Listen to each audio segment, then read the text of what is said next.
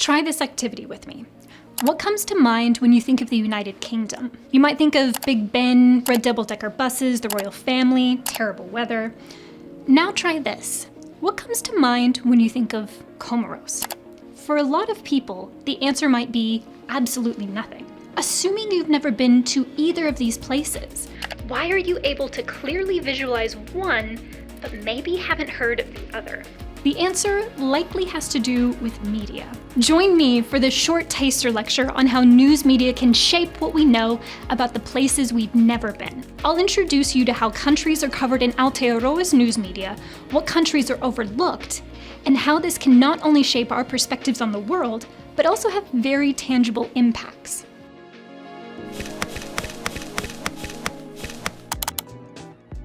I'm Dr. Valerie Cooper, a lecturer in Media and Communication at Te Herengawaka, Victoria, University of Wellington. Take a look at any mainstream news outlet, and you might notice some patterns. There's often a lot of news focused on the United Kingdom, the United States, and Australia.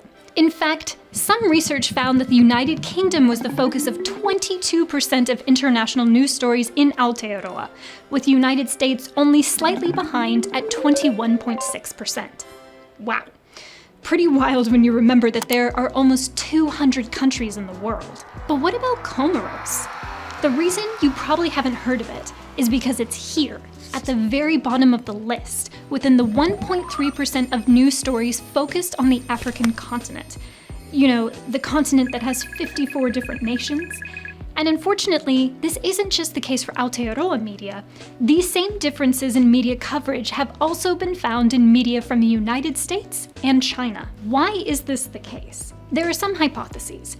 Research has shown that countries receive more coverage if they are culturally similar, which could explain coverage of the United Kingdom, but where are the Pacific Island nations? Likewise for countries that are geographically similar, which might explain extensive coverage of Australia. Other nations are simply considered elite. They're important because people think they're important, like the United States. But what does this mean for the nations that are overlooked in the world's media? Well, it's not great. For one, there's a widespread misunderstanding that Africa is a country rather than a continent of 1.2 billion people. Moreover, some of the world's worst humanitarian crises at the moment are completely neglected in mainstream media. On a more local level, you know another country that doesn't get much attention in world news? Aotearoa, New Zealand. Data from news outlets in the US and China have shown that coverage of New Zealand is mostly absent. Outlets like the BBC and CNN don't even have pages for Pacific Island nations like Aotearoa. Yet Australia gets its own page? And what does this mean for Aotearoa? Well, have you ever seen a map missing New Zealand completely? Despite what Rhys Darby says, it's not a conspiracy, it might just be poor media coverage.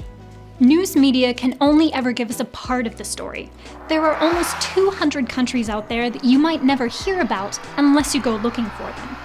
So the next time you open a news app, take a look at which countries are headlines and consider which countries are completely left out.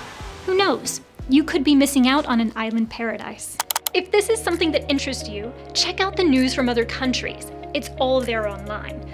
Research countries that you've never heard of. Come and learn more about global media. Study for a Bachelor of Communication at Te Herengawaka, Victoria, University of Wellington.